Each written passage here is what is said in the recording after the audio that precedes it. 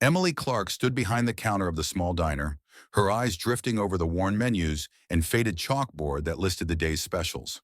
It was nearing the end of her shift, and the diner was quiet, the kind of quiet that comes after the dinner rush has passed but before the late-night regulars begin to trickle in. Outside, the streets were wet from an earlier rain, and the neon sign above the diner flickered sporadically, casting a soft, intermittent glow on the empty tables. Inside, the air was thick with the scent of stale coffee and grease, and the low hum of the refrigerator was the only sound that broke the silence. Emily wiped her hands on the apron she'd worn for the past 5 hours, her mind not really on the task at hand, but instead on the weight of the day that had felt longer than it actually was. She had been working here for over 2 years now, a routine that was as familiar as it was exhausting. The diner had become her second home, but even so, there were days when she wished for something more, something beyond the greasy spoons and cheap coffee, beyond the endless cycle of pouring refills and clearing dishes. But that was the way things were for her, always a little too tired, a little too worn out, and a little too far from where she thought she would be at this point in her life. Her dreams of becoming a writer had long been set aside, buried beneath the weight of bills and responsibilities, and the reality of her situation settled over her like a heavy blanket. There was a comfort in the predictability of her work, but also a gnawing emptiness that had become harder to ignore. Tonight, though, something felt different. There was a tension in the air, a stillness that made her wonder if something or someone was about to change that. The bell above the door jingled, a welcome interruption to the monotony of Emily's thoughts. She looked up, expecting another late-night customer in search of greasy fries or a cup of coffee to stave off the exhaustion that had settled in their bones. But this time, her gaze fell on someone entirely different. A woman entered, looking as though she had been dragged through the storm both literally and emotionally. Her clothes were simple, a dark coat, faded jeans. But there was something about the way she walked that caught Emily's attention. It wasn't just the exhaustion in her movements, but the weight that seemed to press down on her very posture. She held herself stiffly, almost like she was bracing for something. Her face, though, was what struck Emily the most. A canvas of sorrow, deep and palpable, painted in the lines under her eyes and the way her lips trembled. She looked as though she had been crying, but somehow had run out of tears. The woman glanced around the diner, her eyes scanning the empty tables before settling on the one by the window, bathed in the dim light from the street lamp outside. She walked over slowly, almost as if she were unsure of where her legs would take her, her feet dragging with each step. Emily couldn't take her eyes off her. She knew that look. It was the same kind of look she saw in her own reflection in the mornings. The kind of look that made you feel like the world was just too much. Like you were suffocating under the weight of grief, but couldn't quite let it out. Emily, trying to shake off the pang of sympathy that stirred in her chest, put down the rag and walked over to the woman's table. Her heart quickened a little instinctively.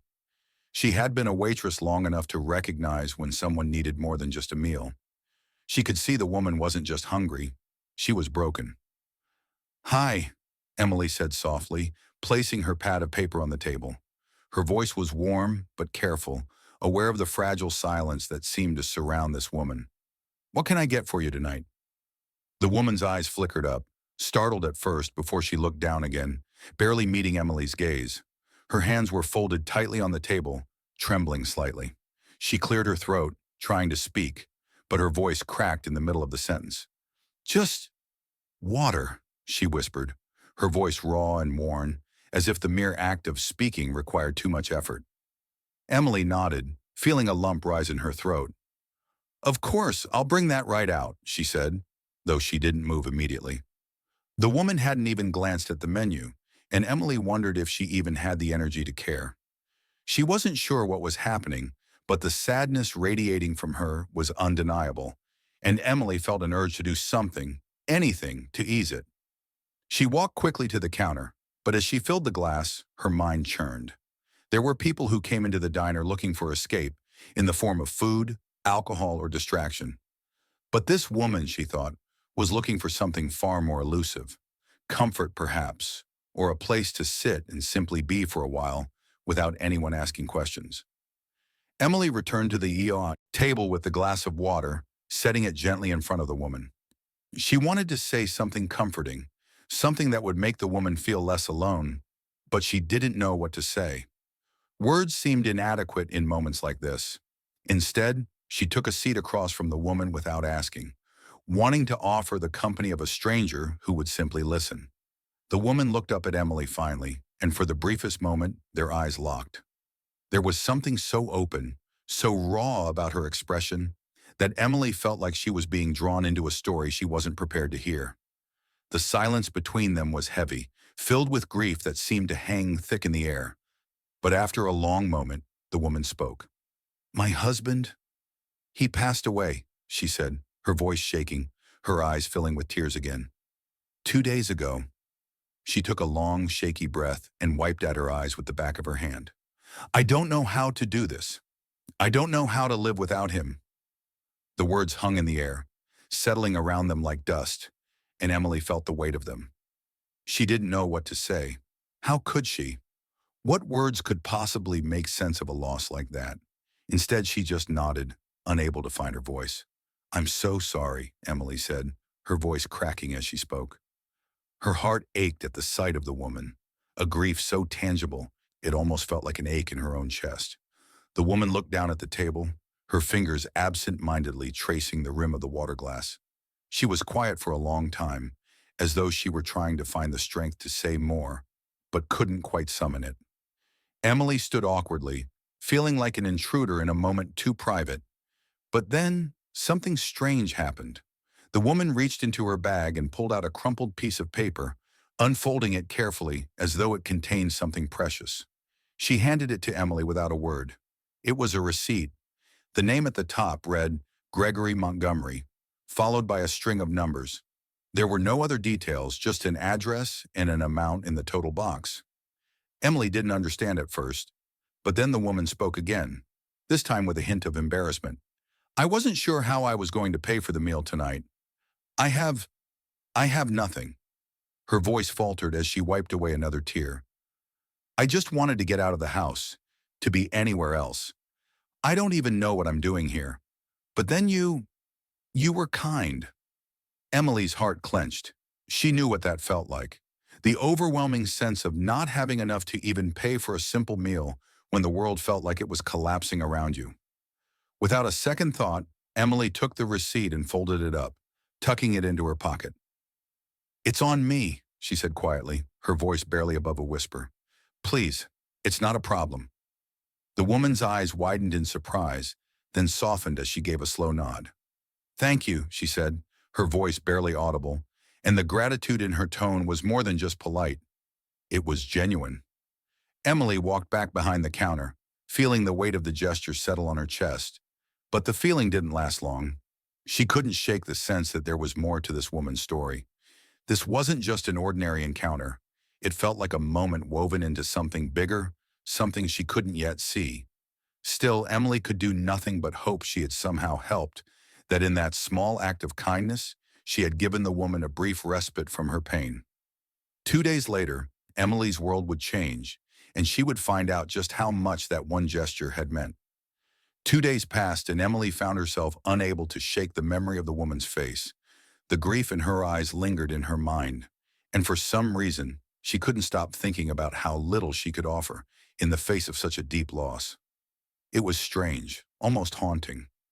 Every time she walked into the diner, she found herself looking for that woman, wondering if she might walk in again, if only for a moment of peace. But the hours passed in the usual blur of coffee refills and clattering dishes, and the woman never returned. It wasn't until the late afternoon of the second day that Emily's quiet shift would take an unexpected turn. The door to the diner swung open, and in walked a man wearing a dark suit, his steps firm and deliberate. He had an air of authority about him, his back straight and his face unreadable. He was well-groomed, with sharp features and dark hair combed neatly back, but his eyes, Emily noticed, were hard. They scanned the room briefly before locking onto her. "Excuse me," he said in a deep, measured voice, his eyes not leaving hers. "Are you Emily Clark?" Emily froze for a moment, startled by the directness of the question. "Yes," she answered, unsure of where this was headed. "I'm Thomas Avery," the man continued, offering a brief professional nod. I'm a lawyer. May I have a word with you? The chill in his voice, though polite, sent an unexpected shiver down her spine. There was something about him, something she couldn't quite place, that immediately made her feel as though she were standing at the center of something much bigger than she had anticipated. Of course, Emily said, motioning toward a booth in the corner. Her stomach churned with a growing sense of unease. The usual late afternoon hum of the diner seemed to fade away, replaced by a heavy silence that felt all-consuming. As they sat down, Emily found herself studying him. He didn't look like someone who dealt with casual matters. He looked like someone who handled things far more serious, far more complicated than a simple diner conversation could encompass. He wasted no time, launching straight into what he had come for. "You helped a woman by the name of Grace Montgomery 2 days ago," he began. His voice was steady, but Emily could detect the slightest edge in his tone, something that made her uneasy. She nodded slowly. "Yes, I remember her. She She was in a lot of pain." Avery's eyes narrowed just slightly, but his expression remained mostly unchanged. "I'm sure you do," he said, voice hardening, "and you may not have realized the gravity of what you did, but you've become part of something much larger than a kind gesture." Emily blinked, confusion clouding her mind. "I'm not sure I understand." Avery leaned forward slightly, his gaze intense, as though every word he spoke was deliberate. "The woman you helped, Grace Montgomery, is not just a widow. Her husband, Gregory Montgomery, was a very wealthy man, a very powerful man in certain circles. He was killed under suspicious circumstances." Emily's heart skipped a beat. "Killed?" she repeated, her voice barely above a whisper. The words didn't feel real. How could this quiet, broken woman have been involved in something like that? "Yes," Avery said. "And now there's an investigation into his death. It's a complicated situation, and Mrs. Montgomery's actions in the days following her husband's death are being scrutinized. The authorities believe that she may be trying to cover something up." The room felt as if it were closing in on Emily, the walls pressing in on her as her mind scrambled to make sense of what Avery was saying. She barely noticed the sweat beginning to form at the back of her neck. The woman, the grieving widow who had barely been able to look Emily in the eye, was tangled in a murder investigation? It didn't make sense. How could she be capable of something like that? The disconnect between the woman Emily had met and the woman Avery was describing was enough to make her head spin. "Are you suggesting—" Emily began, her voice faltering. "Are you accusing me of being involved in something illegal?" Avery's expression remained unchanged. "I'm not accusing you of anything. I'm simply stating the facts. The authorities are looking for anyone who might have been close to Mrs. Montgomery in the days following her husband's death. You were there for her. You gave her something she needed. And now you're involved. It's as simple as that." The weight of his words hung in the air between them. Emily could feel her breath quicken, her palms growing clammy.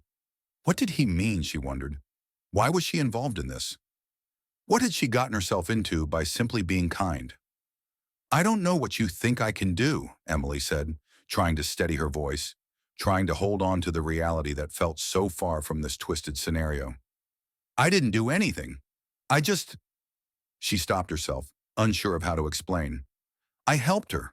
She was in pain. She was grieving." Avery's lips tightened into a thin line. "That's precisely the issue.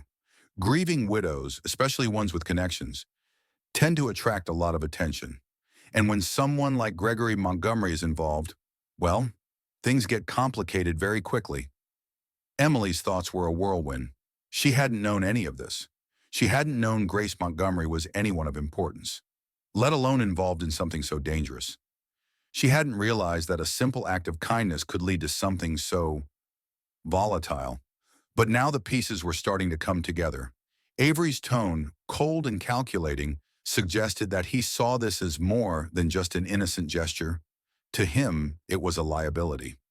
"What do you want from me?" Emily asked, her voice barely a whisper, fear creeping into her chest. Avery paused, letting the question hang in the air before he answered. "I want you to stay quiet. I want you to keep your distance from Grace Montgomery. There's a lot of attention on her right now, and any connection you have to her will only make things worse. For you, for her, for everyone involved." His words hit Emily like a punch to the gut. Keep quiet? Stay away? How could she possibly do that? She didn't even know the woman's true story.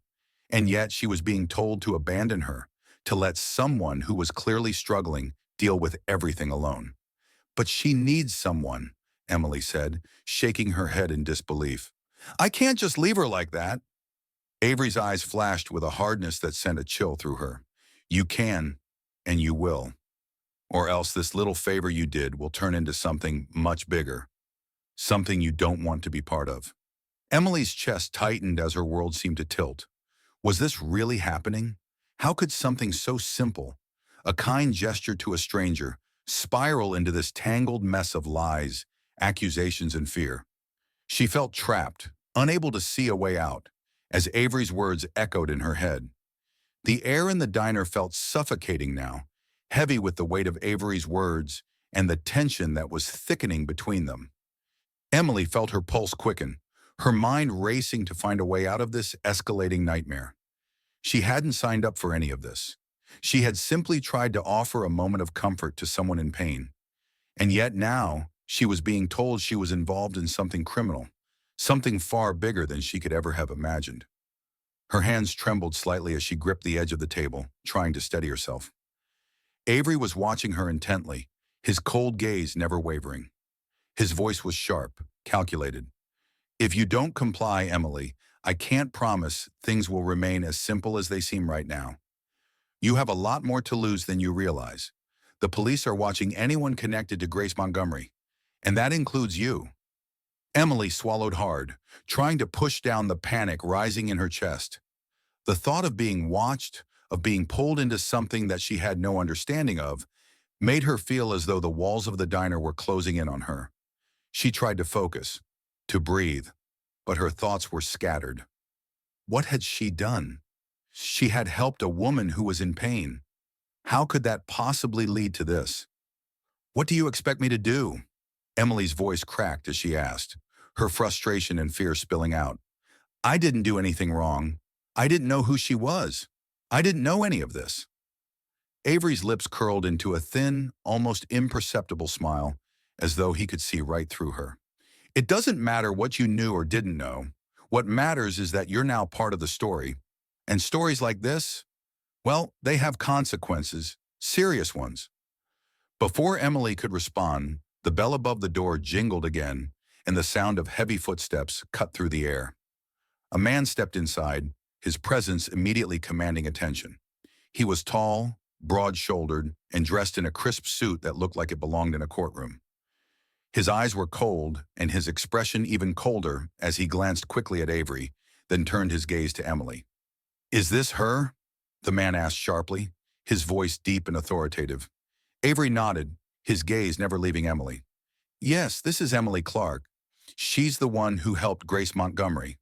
The man, whose face was stern and unreadable, walked over to the table and pulled out a chair, sitting down without asking. Emily's heart skipped a beat. She didn't know who this man was, but he didn't seem like someone who was about to offer any comfort. He exuded power, and in that moment, Emily realized that whatever this was, the situation was spiraling out of her control, faster than she could comprehend. You have no idea who you're dealing with, do you? The man said to Emily, his tone sharp and unforgiving. Grace Montgomery isn't just some grieving widow. She's the key to a much bigger situation. And your involvement, no matter how small, could bring everything crashing down. Emily opened her mouth to speak, to protest, but the words caught in her throat. She couldn't think, couldn't make sense of anything. The man's words were like shards of glass, each one cutting through her understanding of what was real and what was happening. She had no idea what they were talking about, no idea how her small act of kindness had turned into this labyrinth of accusations and threats. I didn't know any of this, Emily said finally, her voice trembling with frustration. I don't know what you want from me. I helped her because she was in pain. The man raised a hand to silence her, his gaze unflinching. What you don't understand, Miss Clark, is that the woman you helped has a very dangerous connection. Her husband's death was no accident. There are people who will stop at nothing to protect their interests, and Grace is caught in the middle of it. You helping her have become a liability. And right now, we need to make sure you don't become a problem." The words hit Emily like a slap. She felt the ground shift beneath her feet, her breath growing shallow as she processed what he was saying. This wasn't just some misunderstanding. This wasn't just a simple case of a woman mourning the loss of her husband.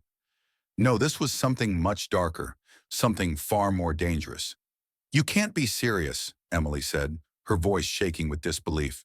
"I'm not involved in any of this. I didn't even know." Avery leaned forward, cutting her off, his eyes hard. "It doesn't matter what you knew. The fact is, you're tied to Grace Montgomery now, whether you like it or not. And if you don't get on the right side of this, you will regret it. This is bigger than you, Emily.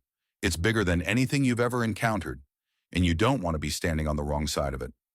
The air in the diner felt charged now, crackling with a kind of tension that made Emily's skin crawl. The room seemed smaller, the walls closing in as her mind raced, trying to make sense of what was happening. She had no idea who these men were, but she knew one thing for sure. They weren't here to help her. They were here to control her, to force her into a corner where she had no choice but to comply with their demands. "I didn't ask for any of this," Emily said, her voice barely above a whisper, a mixture of anger and fear bubbling beneath the surface. "I don't know anything about Gregory Montgomery's death. I don't know what kind of people you think I'm involved with, but I'm not a part of this. I'm just a waitress. I'm not involved in any of this." For the first time, a flicker of something like pity crossed Avery's face, but it was quickly replaced with a cold, calculating look. "You might not have asked for this, but that doesn't change the fact that you're in the middle of it now. And if you want to get out, you'll have to play the game. There's no turning back." The words sank in like a weight, pressing down on her chest, making it harder and harder to breathe. She felt trapped, cornered by people who seemed to have the world in their hands, and she was nothing but a pawn in their game. There was no escape, not now. She had already been dragged in, and all she could do was fight to survive. "Tell me what I need to do," Emily said, the words coming out in a strained whisper. "I'll do whatever it takes to make this stop." Avery smiled, but it was a cold, mirthless smile. "Good. That's what I wanted to hear." Just as the words left his mouth, the door to the diner swung open once again, and this time, the arrival of a uniformed officer changed everything. The officer's eyes locked onto Emily, his expression unreadable. The entire atmosphere shifted in an instant. The tension that had been building to a breaking point snapped, and suddenly everything felt too real, too dangerous. "Emily Clark?" the officer said, his voice sharp and commanding. "You're under investigation. Please come with me." A rush of panic swept through her heart pounding as she stood up from the booth. The room seemed to spin around her, the world outside the diner no longer a place she could trust. As she looked back at Avery and the lawyer, she realized that the game was no longer in her hands. It was just beginning. The officer's words seemed to hang in the air, and for a moment, Emily was frozen, unable to comprehend what was happening. The man in the suit, the lawyer, and now this officer, all of them were pointing her in a direction she couldn't see. She had no choice but to comply, her heart hammering in her chest as the officer stepped forward, his hand resting on her arm in a firm grip. "Come with me," the officer repeated, his tone unyielding. He didn't wait for her to respond, pulling her toward the door. She felt like a puppet, each of her movements dictated by forces beyond her control. The clatter of the diner, the hum of conversations, all of it faded into a distant blur as she walked past the tables, feeling the eyes of the few remaining customers follow her every step. Her breath was shallow and her mind was still racing, trying to understand the enormity of the situation. Outside, the evening air hit her like a cold wave. The streetlights flickered weakly against the gathering dusk, casting long shadows across the sidewalk. The officer's car sat nearby, a stark contrast to the warm, familiar streets she had walked just hours before. Emily's legs felt like lead as they made their way to the vehicle, and she couldn't shake the thought that her life, her entire sense of normalcy, had just been upended in the span of a few minutes. She tried to speak, to ask questions, but her throat was dry and the words wouldn't come. What did they think she had done? What kind of trouble was she in? She wasn't a criminal, she was a waitress, someone just trying to make a living, to get by. And yet here she was, being dragged into something she didn't understand, something dangerous and all-consuming. "Why are you arresting me?" she managed to ask, her voice barely audible as she reached the car. The officer didn't respond immediately. He opened the back door of the patrol car and motioned for her to get inside. Emily hesitated for a moment, eyes darting around in search of any kind of escape, but the officer's gaze was hard, unrelenting. It was clear there was no way out. She could feel the weight of the situation sinking in, the crushing sense that whatever had just begun, there was no going back now. As she slid into the back seat, the door slammed shut with a finality that sent a shiver down her spine. The officer got in the front, starting the engine without a word. The world outside seemed to blur, the lights of the city rushing past her window as they sped down the streets. Emily couldn't bring herself to look out the window for long. She couldn't bear to face the reality of what was happening. Instead, her mind was swirling with questions, with uncertainty, with guilt. What had she done? She had only tried to help someone in pain, and now here she was, caught in a web of lies, of danger, of a crime she had no part in. Minutes passed and the tension in the car was palpable. Emily could feel the officer's gaze in the rearview mirror, but he didn't speak. His silence only made her more uneasy, as if the weight of the situation was too much to put into words. Without warning, the radio crackled to life, breaking the silence. The officer's eyes flicked to the speaker before his hand reached for the mic. "Unit 4, backup required. Proceed with caution. The situation is escalating. Suspect may be armed." Emily's heart skipped a beat. A chill ran through her as the officer's words registered in her mind. Suspect? Armed? Who was the suspect? What was he talking about? The situation had taken a sharp turn from something she could almost comprehend to something utterly chaotic, something far outside the realm of her understanding. She had never been involved in anything like this, had never even been close to this level of danger. As the officer spoke into the radio, his eyes flicked to Emily in the rearview mirror again, his expression unreadable. She couldn't tell if he was angry, confused, or just focused on the task at hand. But something about the way he was acting, so detached, made her feel like a cog in a much larger machine, something far more ruthless than she was prepared to face. Seconds later, the sound of sirens echoed through the night, growing louder as they approached. Emily's breath caught in her throat, and she instinctively leaned forward, her palms pressed against the cold metal of the car seat, as though trying to brace herself for whatever was coming.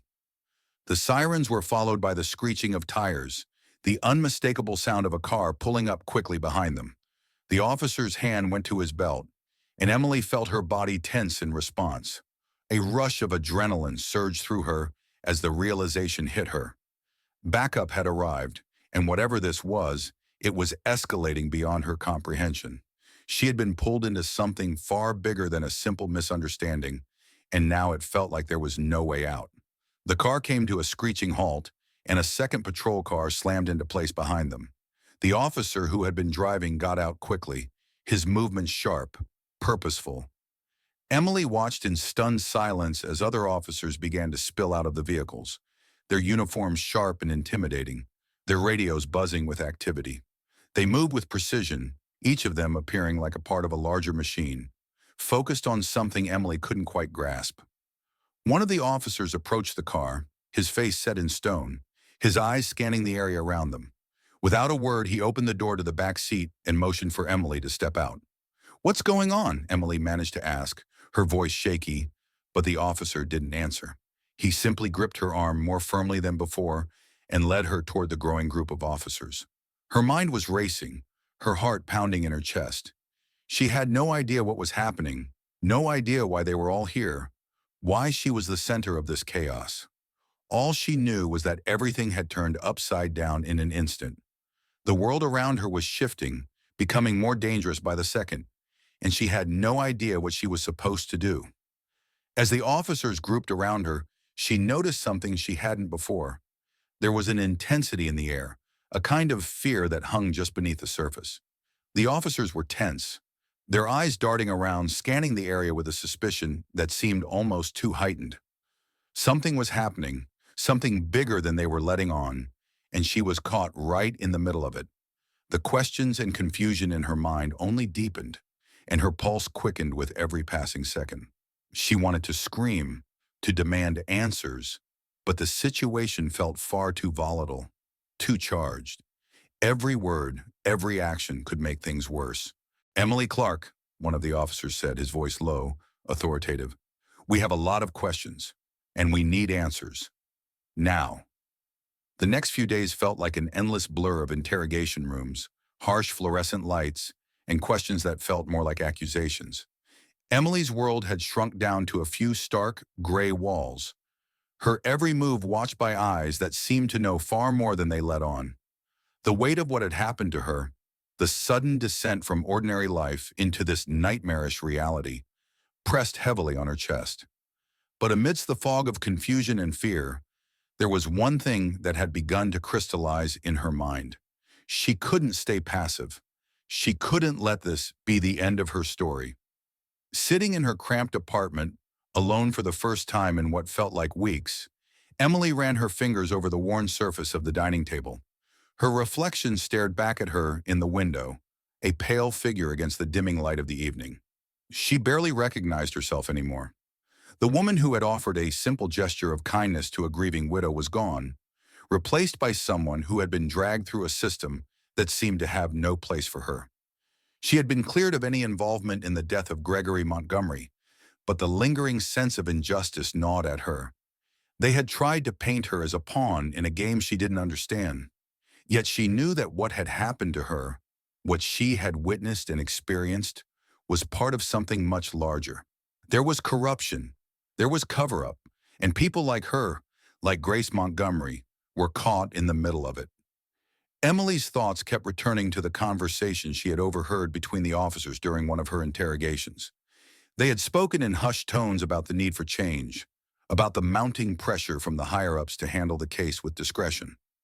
One of them, a senior officer named Daniels, had spoken candidly about the lack of accountability within the force. He'd mentioned a pattern, how so many cases like Grace's had been buried, ignored, or twisted in favor of the powerful people who controlled the narrative. Emily had been left in the dark, but now she saw the outline of a much darker truth. She knew she couldn't walk away from this. The terror that had gripped her only a few days ago had transformed into something sharper, something purposeful. She wouldn't let the system swallow her whole. She couldn't let Grace's story fade away into the shadows just because it was inconvenient for those in power.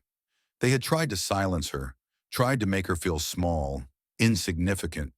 But now she understood. It wasn't just about Grace anymore. It was about the countless people whose lives were trampled by an unchecked system that fed on fear and silence. Emily made up her mind. She would fight back.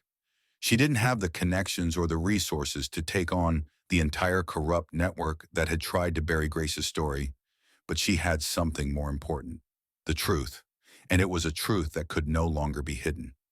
The next morning she woke up early, her body stiff from the tension of the past few days, but her mind clear. She pulled out her phone and scrolled through the contacts, her fingers hovering over names she knew might help her. Her thoughts turned first to Marcus, the young reporter she had met in the diner on the night she had met Grace. He had been the only one who had shown genuine interest in the details of the story. He had listened, really listened, when she had spoken of Grace and the strange events that had led up to the widow's arrival in the diner. With a deep breath, she sent a text to Marcus, explaining what had happened in the days since their last encounter. She didn't know if he would be able to help, but she knew that if anyone could shine a light on what had really happened, it was him. Her message was brief but firm. "We need to talk. This is bigger than what we thought. I'm ready to take this to the press. We can't let this go." As she sent the message, Emily felt a strange sense of resolve settle over her. She knew the road ahead would be difficult, filled with obstacles and danger, but the alternative was to sit back and allow the same system that had nearly destroyed her to continue unchecked. And that wasn't something she could live with. Hours later, Marcus responded. He agreed to meet her, and they set a time to talk in person. When Emily entered the coffee shop where they had agreed to meet, she saw him sitting by the window, his laptop open in front of him. The familiarity of the setting was a brief comfort, but the underlying tension remained. This was no longer just about a simple conversation between two people. It was about unearthing the truth, exposing a network of corruption that had lived in the shadows for far too long. The fight for equality, for justice, and for a fair system was not a fight that could be won in a day.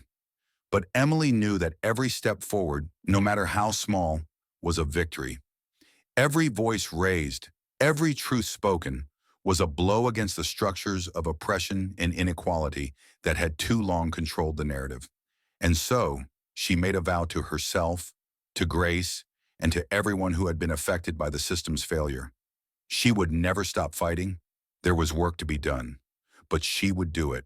And with every step, she would bring others along, one by one, until the change they all sought was no longer a distant hope, but a reality that could not be ignored. The struggle was far from over, but Emily knew she wasn't fighting alone anymore, and that in itself was a victory.